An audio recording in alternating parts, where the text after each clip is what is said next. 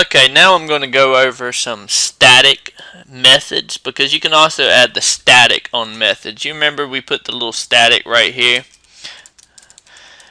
and that way we could try to call it, but you can't really do that, so we really don't need the static right there anymore. What we're going to do is we're going to come back to the beginner class, and we're going to create another method. And what we're going to do is we're going to not put the static on it. We're going to make it public so it's accessible by everything.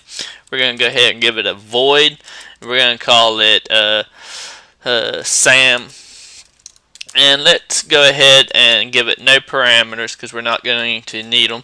We're going to just make it print out something like .print line, and then we're going to make it print out this is Sam. So now we have this is Sam, and we want to throw it. So let's see if we can throw it. Sam. So that, and as you see, we get an error, because we would actually have to create an object of the beginner class to call Sam. But that's only because it's not a static. If we was to change this to static, the error on Sam would just drop and it would run it anyhow. See, this is Sam. That is the difference between a static method and a normal method. So a static method is something that you don't have to create an object for, so long as it is inside of its class. I stress that, if it's inside of the class, because static makes it a class item, just like the class variables. Like this is a class variable, this is a class method, as you would want to call it. I call it that. I don't think they call it that, but that's what it does. It makes it static for the whole class. So if I created like a second Sam or anything like that, it would just change the arguments on it. The next thing we're going to go over are constants. Constants are, say like this right here, we wanted to change this to static final int 0. Static final int num. And now we get an error, because I can't increment num, because this makes number permanently 0. And why would you want to do this? But let's say like for numbers like pi, like if you had a static final double pi, and made pi was 3.14 and something else, you would make pi a static number, because you can't change pi. Pi has to be 3.14, just like the number 1 or the number 2. That's all you would use these constants for. And you make a constant by putting the static keyword and the final keyword in it, and then you can't change it.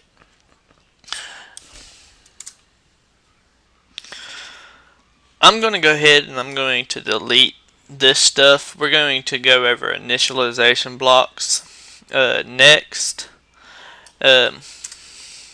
I'm pretty sure you've seen them in other tutorials and didn't know what was going on, because they are kind of scary when you first see them, because you don't understand them.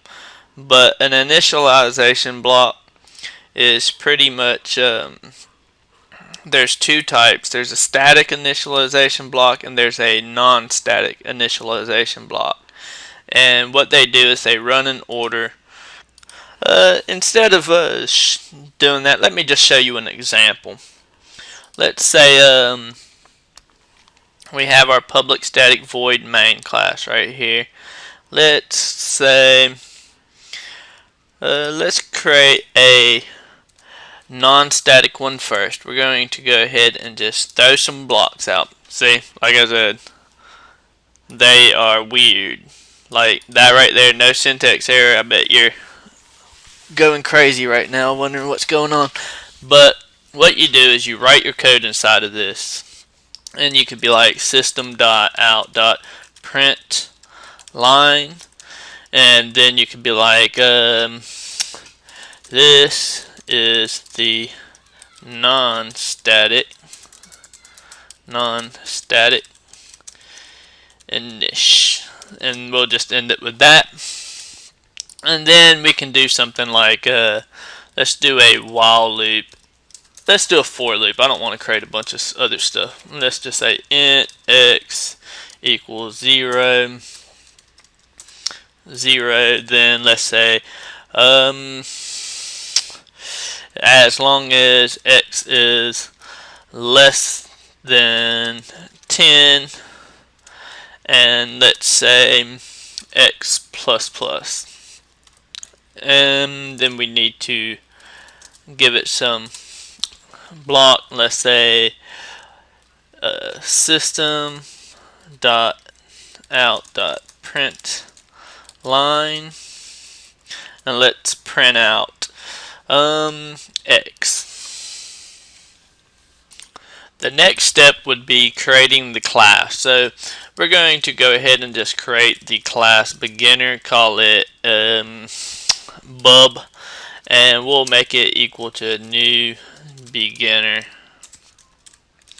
there, and call that. And then let's say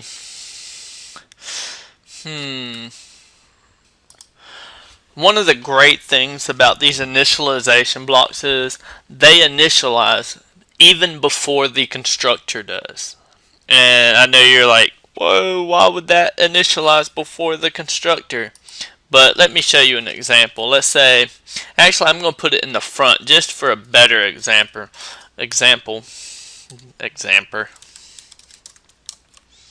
And let's do this. Let's say system dot out dot print line. I went over the time, so I'm gonna have to break this video into 2 times, but since I already went over it, might as well go ahead and take my time, huh? So let's say this is the constructor. Who cares? This is the constructor, and let's print that. And if you look at it, it goes, this is the non-static initializer. So it hits this even before it hits this. And then it starts counting because it goes through the for loop. And then it hits the constructor. That's because these initializers go first, no matter what. Also, a real cool thing about these, if you did absolutely have to have this run after the constructor, you could take this and you can create this inside of your declaration on your thing. So you would just come over here and you would just print that in there. And as you see, I have 2 braces right here. So now it's going to run after. So let's see. If you see, the constructor actually runs actually it runs twice because I didn't take this off. But as you can see, let me take this off and let's do it again. As you can see, the constructor runs and then that runs. But you can pretty much put these anywhere. You can put it right here. It will always run. You can put it right here. You can put it inside of itself. It's not going to call it inside of itself because the X, the X is already created, isn't it? So just like that, you can just put it inside of itself. It'll just run inside of itself, just like that. So that's how that works out. But let's go ahead and delete all that. And also the second one is you have a static initialization block, and all it is static and then the initializer, just like the other one. And you just do system.out.print line, and then you print whatever you want. This is static, and whenever you I gotta put that in single quotes, and whenever you print it, as you can see, it runs that. This is static, this is the constructor, and you can have as many of these as you want. So that's how that is. But